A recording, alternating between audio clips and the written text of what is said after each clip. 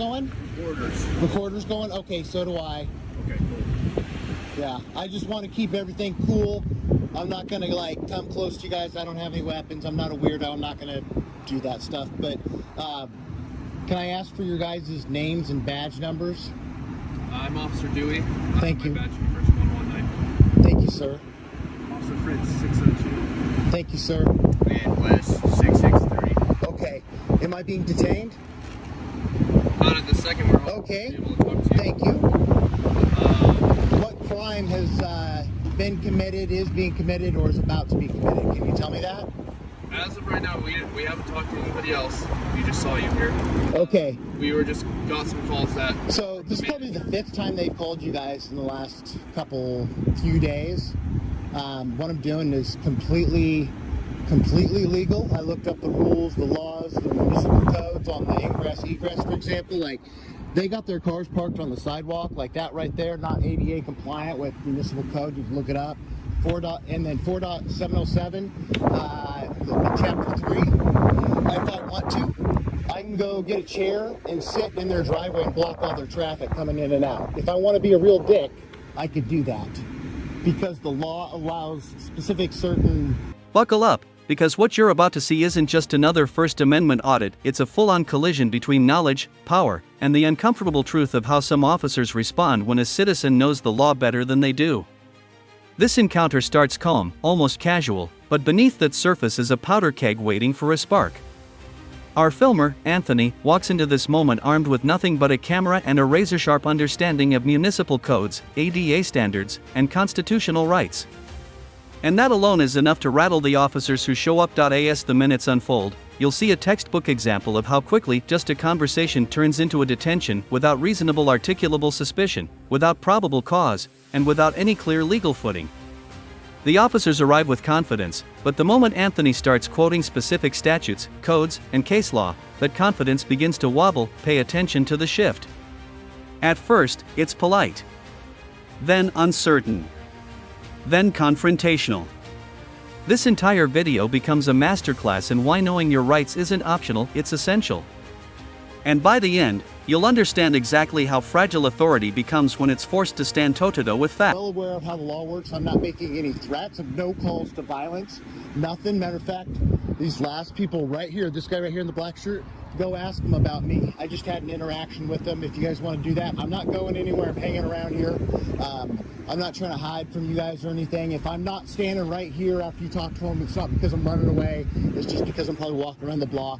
I just warn customers that come in about like potential fraud, or how Kiefer will basically screw them on the back end. So, What's your name?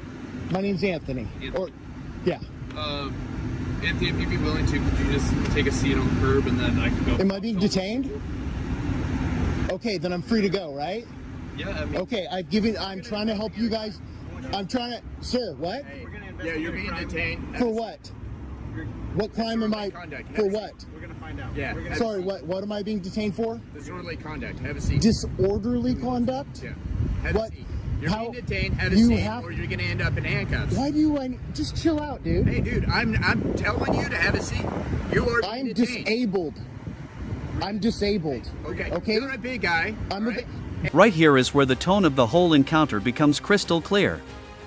Anthony isn't stumbling, guessing, or bluffing. He's referencing specific municipal codes, ADA requirements, and legal allowances that most people, including many officers, don't even know exist. And that confidence sends a message. He isn't the one who's confused here. What's interesting is how calm he is while explaining what he legally could do but chooses not to. He isn't threatening. He isn't escalating. He's establishing a baseline. I know the rules, and I'm operating within them. For officers who haven't even spoken to the complainants yet, that can be intimidating. Knowledge shifts the power dynamic. And from this moment on, the officers start reacting not with facts, but with authority. And that's where the cracks begin to show. The detention, because right now you're effectively making an arrest. No, I just did. For what? I just want you to stay here. You don't have any evidence. You just told me you haven't talked to anyone. Trespass, disorderly conduct. That's what we're investigating. Don't try this So shit you're with me. I'm being already detained. aware of how this works. Okay, so am I. You're being a jerk, man. No, you're being a jerk. I came up here This to help officer you asked guys me to out. have a seat. All right, and I'm telling you to have a seat now because you're not listening. Do you understand that? Okay, I'm not going to hurt you or anything. I'm telling you, I am disabled. Can you just have a seat then, man? No, I'm going to stand here. You already. Okay. You cool. cannot give That's me fine. RAS for this. Are you the? Okay, you're their supervisor. I am. Okay, can you explain why he's telling me I'm detained? Well, he's doing an investigation. I Not understand that, physically but detained. okay, so I'm free to go then, right? No. So you have to tell me, why am I being detained? What Because crime? we're doing an investigation. No, that's not good enough. I know the law. You have to tell me, what crime are you have you Criminal suspected? trespass in the second degree. Bullshit. In municipal code. You don't have any proof. You don't have any proof. 4.807. 4 point what? That's what we're doing. The investigation. Are you feeling 4.705? 4.707? 807 criminal trespass. Second It's not degree. criminal trespass. I haven't stepped on their property. Okay. We're getting to the bottom of that. That's Okay. That's what. This is the critical pivot point. The moment Anthony asks, "Am I being detained?" the entire encounter snaps from conversational to coercive. Officers often expect compliance when they give a command, but commands require lawful grounds. And Anthony knows it. He challenges the order, calmly and correctly, by asking for the legal basis behind it. The officer responds not with law, not with reasonable articulable suspicion, but with a threat: have a seat or you're going to end up in handcuffs. That is an enormous red flag. When authority replaces clarity with force, it signals uncertainty, not confidence. And Anthony's response, notifying them he is disabled, adds another layer. Legally, officers must accommodate disabilities during detentions. Instead, they escalate. This is where viewers should pay close attention. When rights are questioned, the reaction of the officer speaks volumes. Here, that reaction reveals exactly how shaky their justification really is. I'll write this. U.S. Code Section 1983. We'll take a look. You lose your QI. Okay. You don't get to detain and arrest people for no reason. Once arrested you and nobody's physically You have no detained, proof. we're doing Okay, it. so I'm free to go then. When we came up, you were right there on that corner, right on the parking lot, right there. Okay, that's their. No, I'm not. Hold tight. It's not their property. It is. No, it's not. Okay. That is public ingress and egress, and it goes at least 4 feet from the curb right there. How would somebody in a wheelchair get from that corner down this sidewalk? I'm not an idiot. I looked this stuff up. The cop that was here yesterday told me to get off the street because I didn't want to stand on that part and freak them out because they don't know the law. They're not familiar. Like, for example, I've already passed national real estate law, so I understand how this works. Fascinating. He told me, oh yeah, okay, now you're being a smart ass. I'm trying to help you out here, I okay? need the help. What are you being Frankly, detained? I don't- What am I being don't need detained you for? to fill us in on the details. We could just sit here in absolute silence. That would What be are just we being? fine. What am I being detained for? I've explained that to you. No, tell me the I've already law. told you. I've already told you. What's your badge number? It's 225 What's your DPST? 44820 Perfect, thank you. What's yours? 54191. He doesn't have to tell you that. It's public record. Watch how quickly the narrative from the officers shifts. They still haven't spoken to any witnesses, still haven't gathered facts, yet the claims jump from disorderly conduct to trespassing to "we're doing an investigation." None of those statements establish RAS, and Anthony knows it. He presses for specifics: what crime? What statute? What evidence? And the officers can't answer. This isn't defiance. It's accountability in real time. When one officer tries to rely on "we're doing an investigation," that's not enough. Detention requires suspicion based on articulable facts, not a vague intention to look into something. Anthony dismantles each claim with logic and legal knowledge, forcing the officers to confront how little grounding they actually have. Moments like this show why knowing your rights isn't optional, because authority without clarity quickly becomes authority without justification. Those are not lies. You could look those up. It's public records. Right. I mean, I could punch it in right now and pull it up if I want to. That's correct. Okay.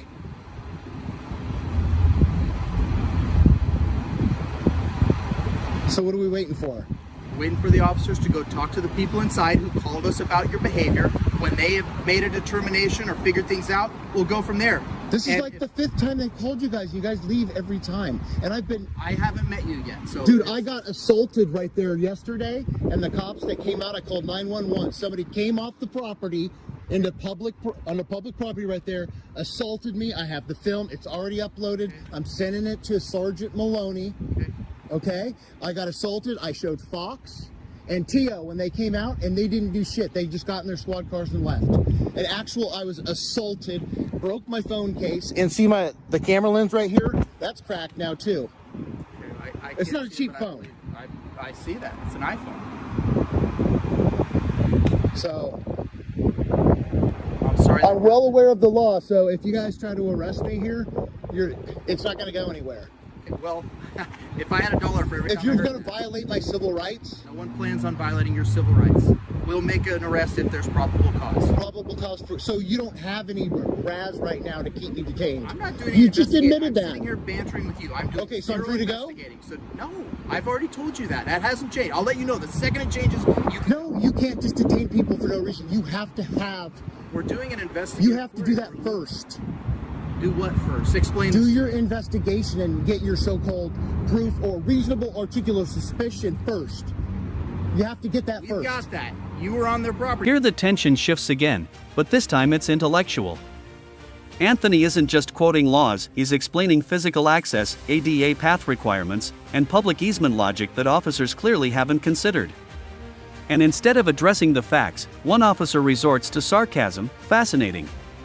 That single word reveals frustration, not certainty. The truth is, when a citizen knows the law better than the police confronting them, the power dynamic flips. Authority doesn't disappear, but its credibility cracks. Anthony continues pressing calmly, asking simple, direct questions. The officers dodge every one. Why? Because providing specifics would require evidence, and they don't have any. This is where the audience begins to understand. The problem isn't confrontation. It's a system not built for accountability when the person being questioned won't roll over. Simmer this down then. That'd be great. Okay, so do you know how far from the curb public ingress and egress extends? No idea. Okay, look it up then. For what reason? Why would I need to do that? So you know that I'm not trespassing. I've never been I'm trespassed. familiar with what I've never trespass and its been elements. trespassed. Okay. Ever. They've never asked you to leave? No, they can't. Okay. I've never gone on their property. Okay. They've told you guys every time that you guys come out here, and look, I know you're upset and you think I'm like being a dick. Nobody's or upset something. with you. You sound very upset, sir. No, because I told you to do something for me and you were totally It's not a lawful order. Anyways, Sure. listen, Sure.